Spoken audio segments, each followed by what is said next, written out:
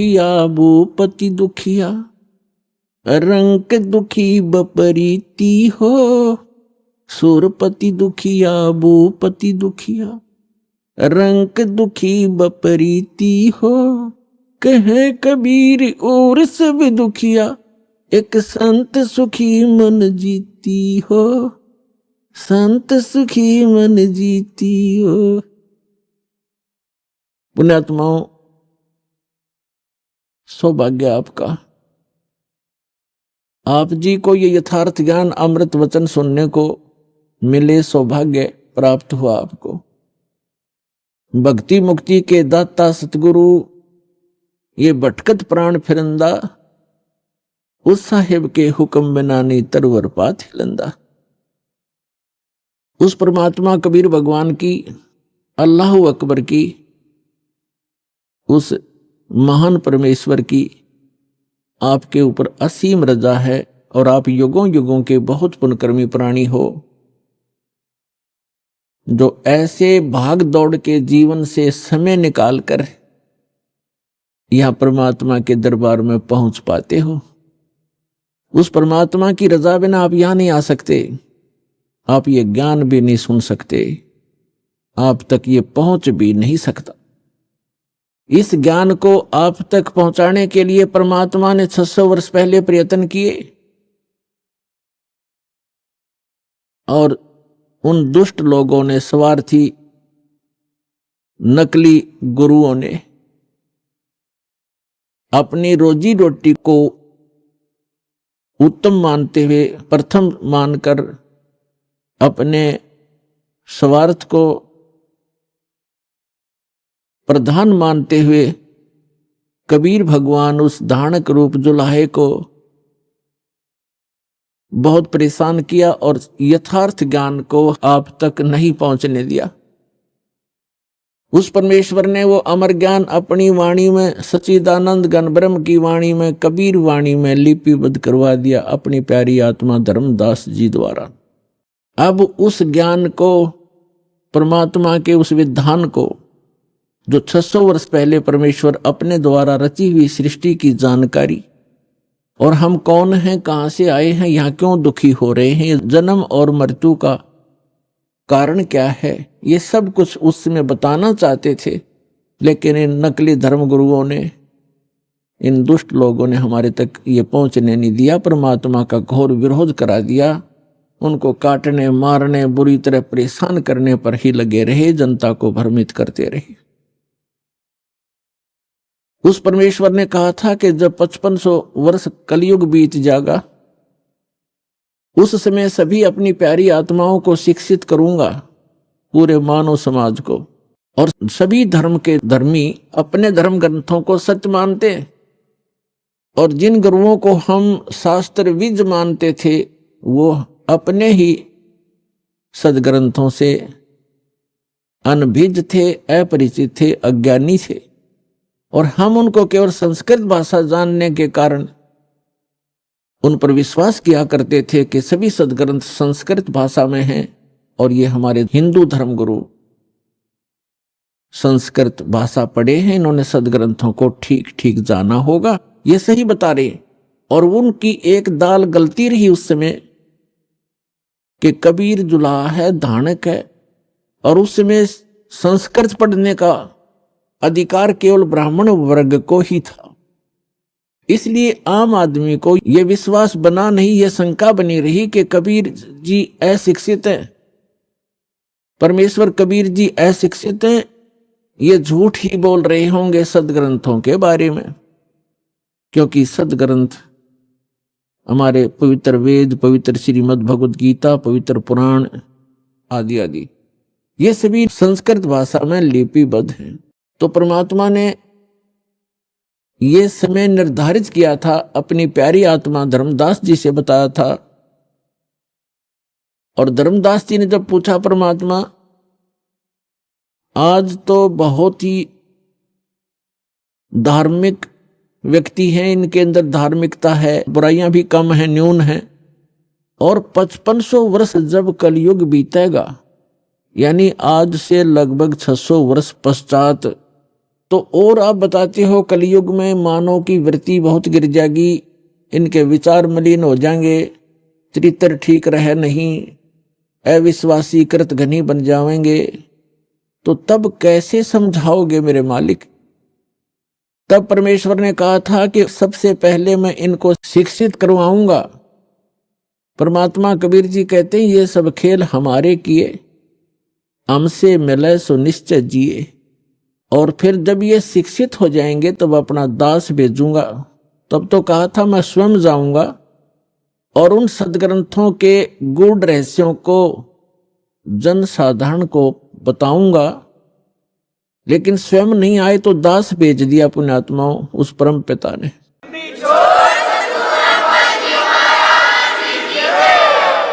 और आज आप देख रहे हो ये इलेक्ट्रॉनिक सिस्टम, इलेक्ट्रॉनिक उपकरण, इंटरनेट सिस्टम, ईमेल, प्रोजेक्टर, ये सीडी, डीवीडी, पेन ड्राइव, ये जो भी टेक्निक है उस परम पिता कबीर भगवान की दी हुई है मानव को। ये मानव सत्र की सोच नहीं, ये सत्कर मान लेना। अगर ये मानव की सोच होती तो लगभग 40 लाख वर्ष तो इस चतुर्युगी के बीत गए हैं और आज तक ये टेक्निक उपलब्ध नहीं हुई, मानव नहीं खोज सका।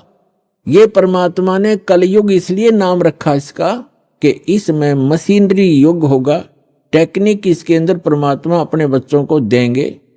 और उसका मूल उद्देश्य ये है कि इस तत्व ज्ञान को जो 600 वर्ष पहले परमात्मा कबीर जी बताना चाहते थे, आज घर बैठे अपने बच्चों को इन टीवी के माध्यम से, इंटरनेट के माध्यम से, ये जो यूट्यूब आदि बन गए हैं, इनके माध्यम से घर बैठे ये अमृत ज्ञान बताऊंगा और तब ये समझ जाएंगे और मेरे पास आ जाएंगे, अपना कल्याण करवा लेंगे।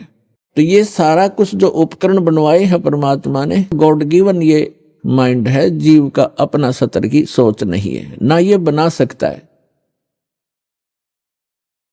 और जैसे अभी इस दास का जन्म हुआ किसान परिवार में, 50 वर्ष पहले जब हम 10-12 वर्ष के थे, हमारे यहाँ जो गेहूं की कनक को निकालते थे उसमें से भूसा अलग और कणक अलग करने के लिए एक 50 मन गेहूं के लिए 1 महीना लगता था। उसके ऊपर बैल घुमाते रहते थे, एक छड़ा बांध के पीछे बैलों के उसको घुमाते रहते थे। कम से कम 1 महीने में जाकर 20 दिन में जाकर के वो बारीक होता था, तब उसको बरसा बरस गेहूं अलग और भूसा अलग करते थे। ऐसी टेक्निक थी उस समय। हमारे समय में तो ऐसे घुमाने वाली चारा काटने की मशीन हाथ से घुमाने वाली लग गई थी जिसने गंडासा कहते हैं। और उससे पहले हमने देखे हमारे दादाजी हाथ से ऐसे काटा करते थे, ऐसे। और पीछे जाओगे तो क्या होगा? तो कहने का भाव ये है कि जो आज टेक्निक प्राप्त है ये गॉड कबीर गिवन है, ताकि आप अपने सदग्रंथों को इन प्रोजेक्टर डीवीडी के माध्यम से रूबरू देख सकें, आंखों देख सकें, फिर मिला सकें अपने। आपके घर उपलब्ध होती हैं ये सभी सदग्रंथ। और दया करी परमात्मा ने के अनुवादित करवा दिया उन्हीं के द्वारा जिनको ज्ञान नहीं था, तो उनको भाषा आती थी। जहां उनकी बुद्धि काम करना बंद कर गई वहां तो गलत कर दिया, और जहां साधारण अनुवाद थे उन्होंने कर दिए। कहां स्लिप करी उनकी बुद्धि? जैसे श्रीमद् भगवत गीता अध्याय नंबर 7 के मंत्र नंबर 18 में अनुत्तम गति शब्द है। गीता ज्ञान दाता अपने से अन्य परमात्मा के विषय में जानकारी देता है और अपने विषय में भी जानकारी देता है। लेकिन गीता अनुवाद करने वालों का दृष्टिकोण यही रहा कि श्री कृष्ण जो है ये सुप्रीम पावर है, श्री कृष्ण इज विष्णु। ये विष्णु जी को सुप्रीम पावर मानकर ये मानते रहे कि श्रीमद् भगवत गीता का ज्ञान श्री विष्णु जी ने दिया है श्री कृष्ण रूप में। श्री कृष्ण भी विष्णु ही थे, ये खुद मानते हैं हमारे धर्मगुरु। तो इन्होंने श्रीमद् भगवत गीता को ठीक से ना समझकर, क्योंकि उनको सृष्टि रचना का ज्ञान नहीं था, जिस कारण से उन्होंने श्री कृष्ण को ही मूल परमात्मा मान लिया, जबकि गीता अध्याय नंबर 15 के श्लोक 16 और 17 में 3 प्रभु बताए हैं, 3 पुरुष बताए हैं। एक सरपुरुष है ब्रह्म, जिसको सरब्रह्म भी कहा जाता है। सरब्रह्म ये केवल 21 ब्रह्मांड का स्वामी है। और दूसरा अक्षर पुरुष, इसको अक्षर ब्रह्म भी कहते हैं, इसको पर ब्रह्म भी कहते हैं। ये 7 संख ब्रह्मांड का स्वामी है, प्रभु है, पुरुष है, मालिक है। पुरुष कहो परमात्मा को। श्रीमद् भगवद गीता अध्याय नंबर 15 के श्लोक नंबर 16 में कहा कि 2 पुरुष हैं इस संसार में, पृथ्वी वाले लोकों में, और ये भी नाशवान और इनके अंतर्गत जितने प्राणी हैं वो भी नाशवान है। जीव आत्मा किसी की नहीं मरती, वो तो पशु पक्षी की भी नहीं मरती। श्रीमद् भगवद गीता अध्याय नंबर 15 के श्लोक नंबर 17 में तुरंत कहा है, उत्तम पुरुष है तू अन्य। पुरुष माने परमात्मा, प्रभु, स्वामी। उत्तम पुरुष यानी पुरुषोत्तम। पुरुषोत्तम तो इन दोनों से कोई भिन्न है। सरपुरुष और अक्षर पुरुष जो 16वें श्लोक में बताए, इनसे कोई भिन्न है, वो वास्तव में परमात्मा कहा जाता है। उत्तम पुरुष है तू अन्य परमात्मा इति उदाहरत, यह लोक तरम आविश्य विभर्ति अवय ईश्वर है। उत्तम पुरुष यानी पुरुषोत्तम, श्रेष्ठ भगवान, सही परमात्मा तो इन दोनों से कोई और है, अन्य है, और वही परमात्मा कहलाता है, वो परमात्मा कहा जाता है। और वही तीनों लोकों में प्रवेश करके सबका धारण पोषण करता है। श्रीमद् भगवद गीता अध्याय नंबर 15 के श्लोक नंबर 1 से 4 में एक विशेष विवेचन है कि उल्टा लटका हुआ संसार रूपी वृक्ष जानो, जिसकी ऊपर को जड़ तो समझो मूल मालिक है, वो उत्तम पुरुष है तू अन्य जो है वो तो है जड़, मूल, और उसके बाद जो जमीन से बाहर दिखाई देता है वो सारा पेड़ होता है। उसके फिर विभाग बताए हैं। जो तना है वो अक्षर पुरुष है, और उससे कोई मोटी डार निकलती है वो सर पुरुष समझो। और उस सर पुरुष के आगे जो 3 शाखा हैं, रजगुण ब्रह्मा, सतगुण विष्णु, तमगुण शिव जी, वो देव हैं। ये तीनों ब्रह्मा विष्णु महेश हैं। और 5 रूप संसार उस परमेश्वर ने श्रीमद् भगवद गीता अध्याय नंबर 15 के श्लोक नंबर 1 में बताया है। उसी का विवरण अपनी सिंपल लैंग्वेज में सच्चिदानंद घन ब्रह्म की वाणी में कहा कि अक्षर पुरुष एक पेड़ है और सरपुरुष वाकी डार। सरपुरुष कहते हैं ज्योति निरंजन काल को, और इस काल के 3 पुत्र हैं, रजगुण ब्रह्मा, सतगुण विष्णु, तमगुण शिव जी। इस सरपुरुष के पुत्र हैं 3, ब्रह्मा विष्णु महेश। अक्षर पुरुष एक पेड़ है, सरपुरुष वाकी डार, और तीनों देवा शाखा हैं। ये 5 रूप संसार। तो इस पूरे प्रकरण में ब्रह्मा विष्णु महेश की क्या स्थिति है? ये इस ब्रह्म के पुत्र हैं, और ब्रह्मा विष्णु महेश की माता दुर्गा है, अष्टंगी देवी। तो विष्णु जी कौन है? विष्णु जी एक ब्रह्मांड में एक विभाग के विभागीय मंत्री हैं, सतोगुण विभाग के। और ये 3 भाई हैं, तीनों का अलग अलग विभाग है। रजोगुण विभाग के मंत्री मालिक प्रभु स्वामी ब्रह्मा जी, और सतोगुण विभाग के स्वामी श्री विष्णु जी, और तमोगुण विभाग के स्वामी प्रभु श्री शंकर जी। ये एक ब्रह्मांड में केवल एक विभागीय मंत्री हैं, और इनका पिता जो ब्रह्म है सरपुरुष, वो एक ब्रह्मांड के अंदर मुख्य मंत्री का रोल करता है। ऐसे ऐसे 21 ब्रह्मांड हैं सरपुरुष के, जिसको ज्योत स्वरूपी निरंजन काल भी कहा जाता, जिसके लोक में हम रह रहे हैं। और फिर है अक्षर पुरुष। अक्षर पुरुष के 7 शंख, नील पद्म शंख, 7 शंख ब्रह्मांड हैं। और फिर तीसरा रहा वो परम अक्षर पुरुष, उत्तम पुरुष है तो अन्य, वो ओवरऑल कंट्रोलर है। असंख्य ब्रह्मांड इंक्लूडिंग सरपुरुष एंड अक्षर पुरुष, इन सब के ऊपर और इसके इनके अतिरिक्त जितने भी ब्रह्मांड हैं, पूरा विश्व है, पूरा संसार है, उन सब का मालिक है, वो मूल मालिक है। वो संसार रूपी वृक्ष की जड़ है, मूल है, जहां से जैसे पूरे पेड़ को मूल से आहार प्राप्त होता है, ऐसे वो परमात्मा कबीर भगवान परम अक्षर पुरुष वो सबका पालनहार है। अब जैसे जिन महापुरुषों को परमात्मा मिले उनमें से एक आदरणीय गरीबदास साहिब जी, गांव छुड़ानी, जिला झज्जर वाले हैं। वो बताते हैं परमात्मा को आंखों देखकर परमात्मा से परिचित सभी ब्रह्मांडों से और परमात्मा द्वारा रची सृष्टि से परिचित होकर कहते हैं, अनंत कोटि ब्रह्मांड का एक रति नहीं भारे, सतगुरु पुरुष कबीर हैं ये कुल के सिरजनहारे। वो कबीर कौन है? हम सुल्तानी नानक तारे, दादू को उपदेश दिया, जात जुलाहा भेद न पाया, वो काशी महे कबीर हुआ। अब ये है वो सारे ब्रह्मांडों का रचनार, मूल मालिक। अब हम फिर आते हैं श्रीमद् भगवत गीता अध्याय नंबर 15 के श्लोक 17 पर। उत्तम पुरुष तु अन्य परमात्मा इति उदाहरतः, यह लोक तरम आविश्य विभर्ति अवय ईश्वर। उत्तम पुरुष तो कोई और है, पुरुषोत्तम तो कोई इन दोनों से अलग है, जो 16वें श्लोक में कहा है 15वें अध्याय के श्रीमद् भगवत गीता में। सत्पुरुष और अक्षर पुरुष से अन्य है, वो पुरुषोत्तम कहलाता है और उसको वास्तव में वो परमात्मा कहा जाता है। परमात्मा, परमात्मा माने श्रेष्ठ आत्मा। श्रेष्ठ आत्मा वही होता है जो किसी को दुख ना दे, किसी के बेटा बेटी की मृत्यु ना करे, कैंसर ना करे, किसी को रोग युक्त ना करे, दुखी ना करे, उसको परमात्मा कहते हैं, श्रेष्ठ आत्मा, अच्छी आत्मा। और जो यहाँ हम देख रहे हैं बुचड़ खाना, किसी हॉस्पिटल में जाकर देख लो हाहाकार मची हुई है, और घर घर में देख लो कोई किसी रोग से दुखी, कोई किसी से दुखी, किसी की टांग कटी है, किसी का हाथ कटा है, कोई आंखों से अंधा है, कोई पैरालाइसिस से तड़प रहा है। जिस लोक में हम रह रहे हैं ये इस परमात्मा का लोक हो सकता है? ये तो कसाई आत्मा का लोक है, इस काल का लोक है जहां हम रह रहे हैं।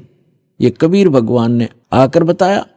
और जिन महापुरुषों को परमात्मा सचखंड लेकर गए अपनी सुखमय स्थान पर, और फिर उनको गवाह बनाकर, साक्षी बनाकर वापस छोड़ा, उन्होंने भी यही बताया कि ये लोक ठीक नहीं, एक स्थान और है जहां जाने के बाद जीव फिर कभी लौटकर वापस इस गंदे लोक में नहीं आता, और वहां कोई दुख नहीं, वहां वर्द अवस्था नहीं, वहां मृत्यु नहीं। श्रीमद् भगवत गीता अध्याय नंबर 15 के श्लोक नंबर 17 में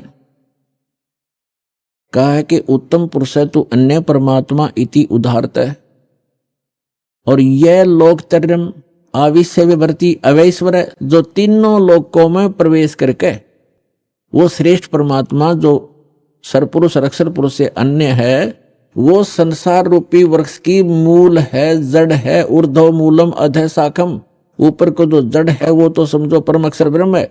और यह लोक तरम अविश्य विभर्ति, जो तीनों लोकों में प्रवेश करके सबका धारण पोषण करता है। पूरे पेड़ को मूल से ही आहार मिलता है, मूल से उसकी परवरिश होती है।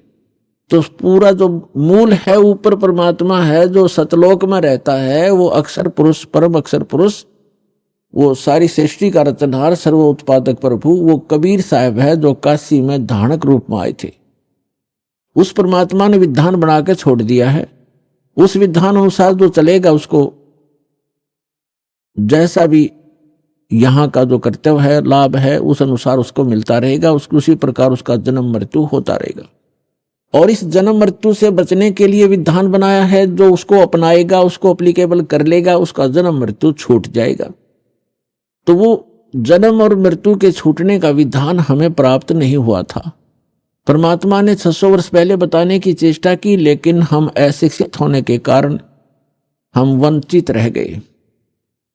उसकी पूर्ति करने के लिए परमात्मा ने अब समय दिया है, निर्धारित किया था।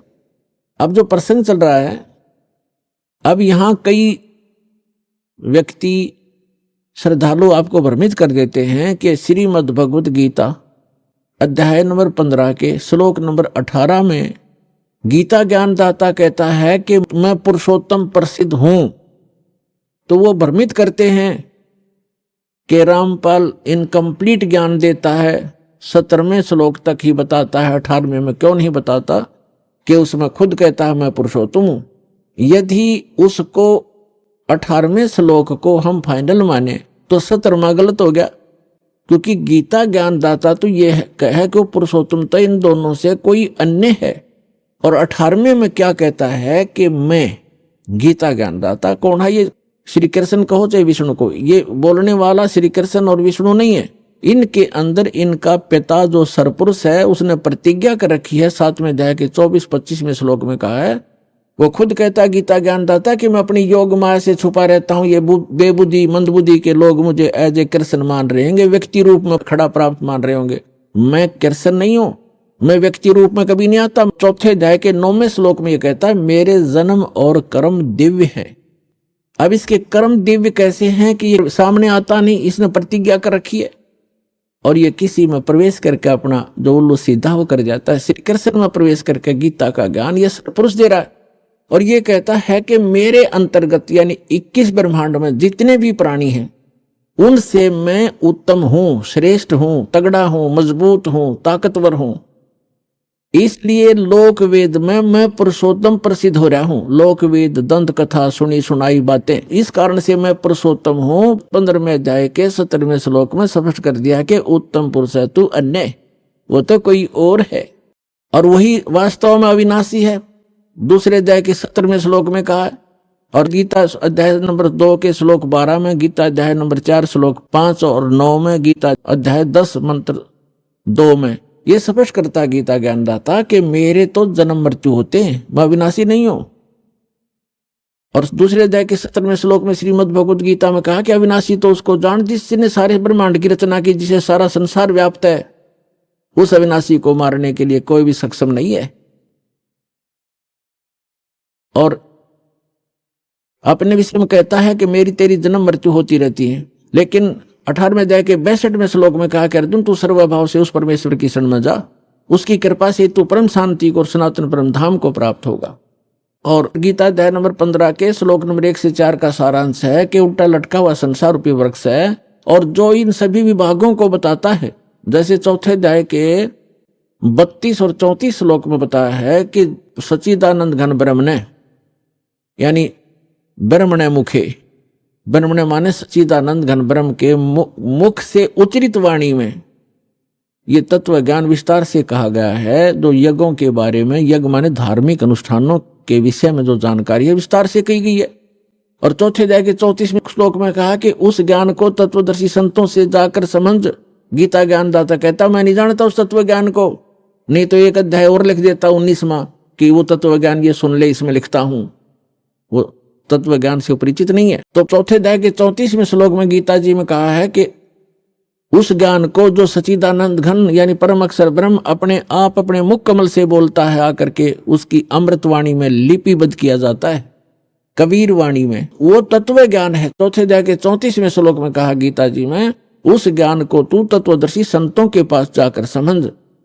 उनको दंडवत प्रणाम करने से, कपट छोड़कर नम्रतापूर्वक प्रश्न करने से वो तत्वदर्शी संत तुझे तत्व ज्ञान का उपदेश करेंगे। इसे सिद्ध होगा। यहाँ गीता अध्याय नंबर 15 के श्लोक नंबर 1 में वो भी कंसेप्ट क्लियर कर दिया कि वो तत्वदर्शी संत वो होगा जो उल्टे लटके हुए संसार रूपी वृक्ष के सभी विभाग बता देगा। जैसे परमेश्वर स्वयं आते हैं वो तत्वदर्शी संत की भूमिका भी करते हैं, भगवान तो वो होते ही होते। कबीर साहब कहते हैं अक्षर पुरुष एक पेड़ है, सरपुरुष वा की डार, निरंजन वा की डार और तीनों देवा शाखा हैं ये पात रूप संसार। तो जड़ कौन है? वो जड़ की ऑप्शन छोड़ गया परमात्मा, क्योंकि अपने इस दास को भेजा है कि जड़ ये कबीर साहब है, वो अल्लाह अकबर है, वो परम अक्षर ब्रह्म है जो जड़ है उस सारे संसार की। तो यहाँ ये भी बताया कि उल्टे लटके हुए संसार रूपी वृक्ष के सभी विभागों से जो परिचित है स वेदविद, वो वेद के तात्पर्य को जानने वाला अर्थात तत्वदर्शी संत है।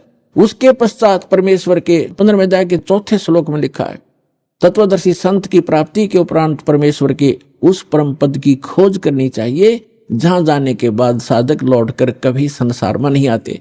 और जिस परमेश्वर ने सारे ब्रह्मांडों की रचना की है और केवल उसी की भक्ति करो। गीता ज्ञानदाता अपने से अन्य उस पुरुषोत्तम परम अक्षर ब्रह्म की भक्ति करने के लिए कहता है जिससे आपकी जन्म और मरण छूटेगा।